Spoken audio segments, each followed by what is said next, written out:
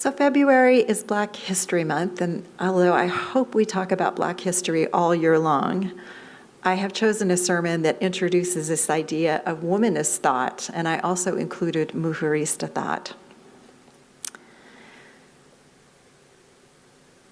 For those of you who didn't go to seminary, you probably don't have much chance to encounter womanist theology and Mujerista theology. So if I say theology, just think thought or context if the word theology does not work for you.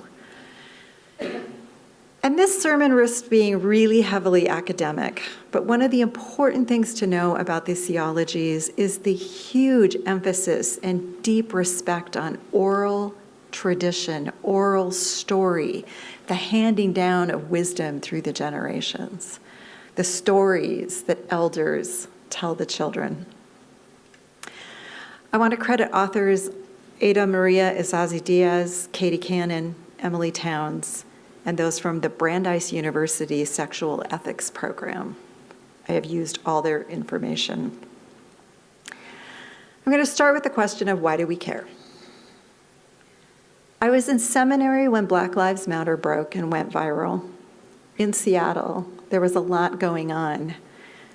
For most of us, we wanted to do better in our understanding of how we stood with Black people and really all oppressed people, asking for their own solidarity. How could we be better partners? So I placed myself in this one-week-long womanist theology class, and it was a summer intensive, so there were 7 students and an instructor. And because it's a week-long intensive, it's all day long. So we ate meals together, we would go out for drinks together at the end of the day, and for those of us who stayed at the hotel, we spent our evenings watching movies together recommended by the instructor, such as The Color Purple, which even though I had seen at least 3 times at that moment, I was able to see it with new eyes. So in short, womanist and Mujerista thought or theology is fascinating, it's compelling, and it is a deeply, the stories will strike a deeply meaningful chord. So in this class, we studied Bible stories through the eyes of Black women, through the eyes of enslaved women, through the eyes of oppressed women, and the week flew by. There are many mothers of womanist thought, but the one you're most likely to recognize is the author and poet Alice Walker. And Alice Walker is probably the most famous for The Color Purple, which was published in 1984. But the year prior, there was a collection of her essays and speeches from 1967 through 1983. And they were published under the title of In Search of Our Mother's Gardens, Womanist Prose. And the word womanist had not been published before. Alice Walker's definition of womanist that I read just a couple of minutes ago was contained in the introduction of In Search of Our Mother's Gardens. Walker wrote out stories about her mother's strength and courage, her creativity and her love. Her mother lived in poor conditions, but always found ways to have a small garden. So the garden was important because it produced vegetables, it produced food, but it was also this emotional refuge from a racist world, to go to the garden and work with her hands. In describing this, Alice Walker uses Virginia Woolf's phrase, contrary instincts, to describe the creative spirit that thrived in her mother despite really oppressive conditions.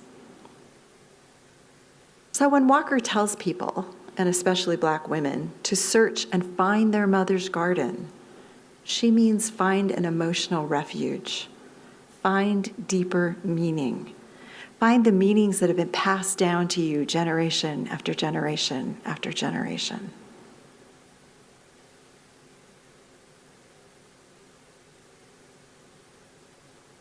Womanist thought eventually moved to womanist theology, and really how could it not, with these women living their lives connected to the Black church? It was a form of reflection that placed the religious and moral perspectives of Black women at the center. Issues of class and gender, which include sex, sexism, sexuality, sexual exploitation, and race. And these were seen as spiritual problems, again, because they were connected to their Black church. There's a deep analysis of how things are, but there's also a forward-looking thing. What would it look like for if oppression was removed from the lives of all of humanity and really all of creation? It always includes wanting what is best for the entire community. So even though it is focused on the thought of women, it always includes the entire community. And it really means talking about how a particular group having similar characteristics, such as age, ethnicity, sexuality, denomination, how different it is from the mainstream experience and where the divine shows up in daily life. And if you don't like the divine, where does deeper meaning show up in daily life? It was a commitment to Black women's freedom. Womanist theology begins with women from historical perspectives: Harriet Tubman, Julia Foote, who is the first woman ordained to ministry in the early African Methodist Episcopal Church. Also from numerous Black women's clubs in the 1800s, which I talked before about here when I talked about Fanny Berrier Williams. So women who were able to pair their religion with their social viewpoints about economics, race, sexual exploitation. And also inherent in the thought is it's always about survival, the reality of the slow genocide of the Black community. So it is always about how does the community survive. It's to examine oppressive messages that the Black church gave to Black people, especially to Black women, around colorism, classism, ageism, homophobia, sexism, racism, and tragically, so many more that we carry in our society. And through this lens, again, how to address a moral life where all benefited.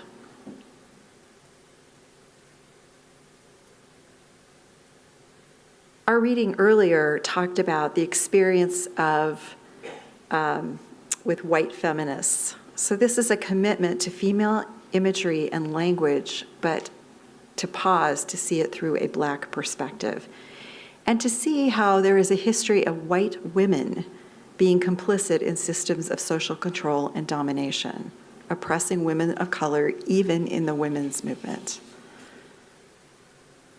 So we hope that we are moving away from that, but it's also important to acknowledge the history. Because we have so much to talk about this morning, I'm going to wrap up womanist theology for a moment from words from Emily Towns, who says, womanist theology, or womanist thought, includes conversation for advocacy for full partnership between men and women, the care and nurture of children, respect for the dignity and wisdom of the elderly, a prophetic witness in Christianity, which means to call out injustice, and a relentless insistence that the Church Universal and its principles have to reflect justice and love for all of humanity and the rest of creation. So there is nothing about UUism that is in conflict with these ideas. I wanted to also talk about Mujerista theology this morning, not because they are related and they're not related. It's so important to not conflate the experiences of these two different groups because their experiences are different. It's not, the danger is in saying, oh, it's just people of color. But Hispanic, Latina experiences are very different than the experiences of Black women.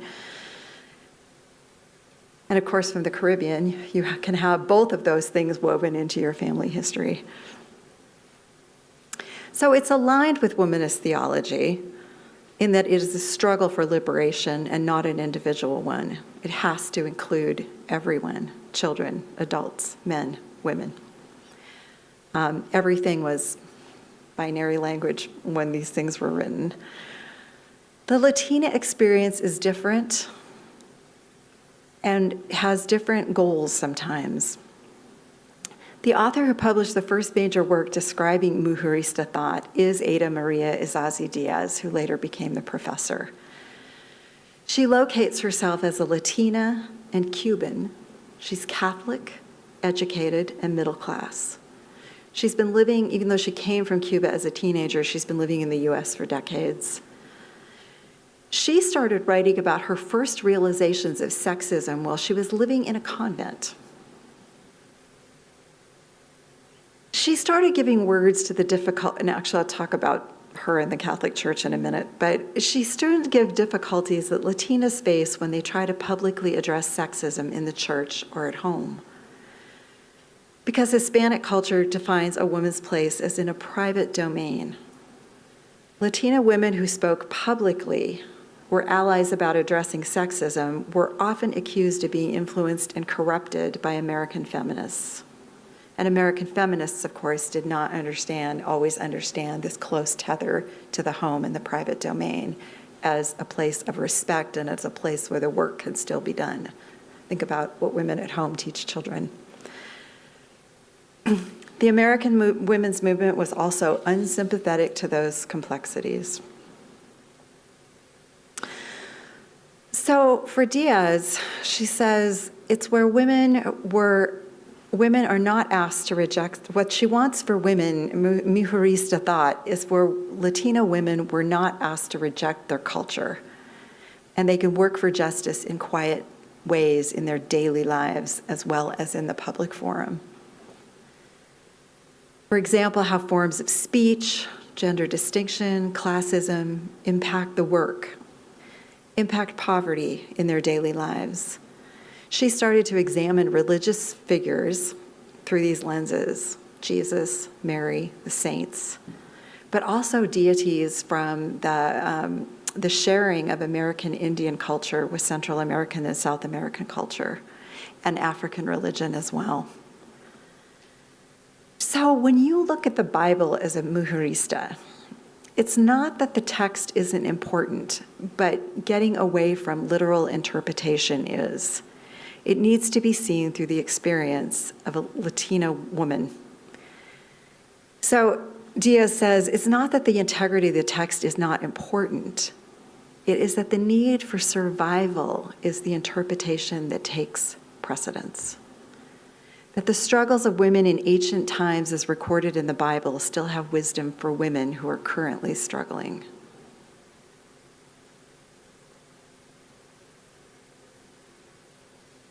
I actually wrote my paper for this class on juveniles who are held in solitary confinement in the juvenile justice system, seeing it through the eyes of Latina young women. Mujerista theology always asks, who is benefiting from an action or a thought? And what is the cost to the greater community? It also asks the church to play a more active role in the struggle for liberation by acknowledging its patriarchy and its societal privilege. Izazi Diaz gives an example of her own experience in the diaspora as she approaches Psalm 137, written during the Israelite exile to Babylon, so that would have been in the 550 before the Common Era, something in there. So the verse is, by the rivers of Babylon we sat and we wept when we remembered Jerusalem.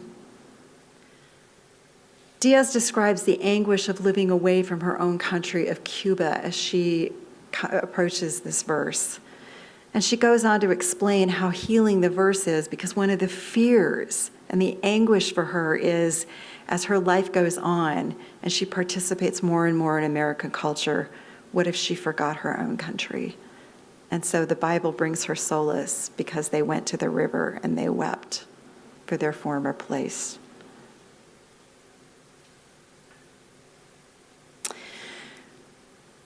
So she is Catholic, and she went on with other women to write liturgies, and they began holding their own worship sometimes. And she said the liturgies had to be born out of Hispanic women's determination to define themselves. It had to come from lived experience, their hopes, their dreams, their expectations. And the ritual that would openly realize that God's preferential option is for the marginalized and the oppressed. And that is at the core of this theology, God's preferential option. That God and Jesus are seen first with the marginalized and the poor. And although the church continues to, Diaz's words, although the church continues to deny Hispanic women, in fact all women, full participation, Mujeristas believe that the reappropriation of the sacred happens through rituals that they design to change the social order. They are wonderful and transforming. And they also call us Mujeristas to embrace the struggle. We realize that to struggle is to live. And lastly, I want you to hear how Diaz's theology relates to Alice Walker. So Diaz says, my grandmother came from Spain to Cuba, and then my mother from Cuba to the United States. As a foreigner in an alien land, I have not inherited a garden from my mother, but rather a bunch of cuttings. Beautiful but rootless flowering plants, and that is my inheritance. Rooting and replanting them requires extra work on the part of the gardener. It requires much believing in myself to make my life flourish away from the tropical sun of Cuba. Some of the flowers I inherited from my mother help me deal with this situation, and others at times can hinder me. One of my ongoing gardening tasks is to find a place to plant the flowers from my mother. At the age of 18, I was uprooted from my country, from Cuba. For many different reasons, I had no choice but to try to plant my garden in the United States. But belonging to a culture of a minority group has meant that the plants in my garden have been seen as weeds or exotica. So they are either plucked out or treated as a rarity. In general, they are not accepted as just a common garden.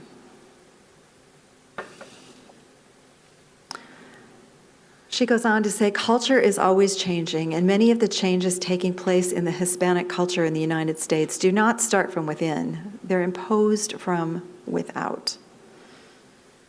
These inorganic changes do not enhance the culture, but they rather negate it. Forced changes bring not flourishing, but wilting and dying. A culture forced to change by outside forces suffers violence. Its values begin to deteriorate. If it's not valued, whether by being ignored or exploited, it is in danger of losing, little by little, its will to live. So again, you hear survival at the core of these thoughts. I'm almost done. I know there's a lot packed in here, but I want to consider the author's belief. Also, I want to mention her talking about her mother's belief that our actions are more important than our spiritual beliefs. So as vital as spiritual beliefs are, the actions are more important. She pairs this with an essay describing La vida es la lucha, meaning the life is the struggle. Inherent in the struggle is to pray, to know that Christ is among them in the struggle as they live into and fight for a gospel message of peace and justice. Mujerista thought relocates the sacred into the lives of Hispanic women with hardships and struggle, and always striving toward peace. Again, I found nothing in these theologies that in any way is incompatible with our Unitarian Universalist beliefs. And of course, we have women of color. We have most Mujeristas and Black women in Unitarian Universalism. We are not separate. I'm going to close with a poem called The Prophet by Maria Diaz. Prophecy, my people, Prophecy once again. May your voice be the clamor of the people. Prophecy, Hispanic people. Prophecy once again, announcing to the poor a new society. I consecrate you. Let there be no doubt, no fear. As you walk through history, be faithful to your mission. Denounce everything that causes oppression so that we can be converted and return once again to the divine. May this be your hope. May this be your mission. Be a builder of the reign, a society of love. This is the hour, my grace, sacrament of God. Be a sign of my covenant. Be the light of a new sun. Amen.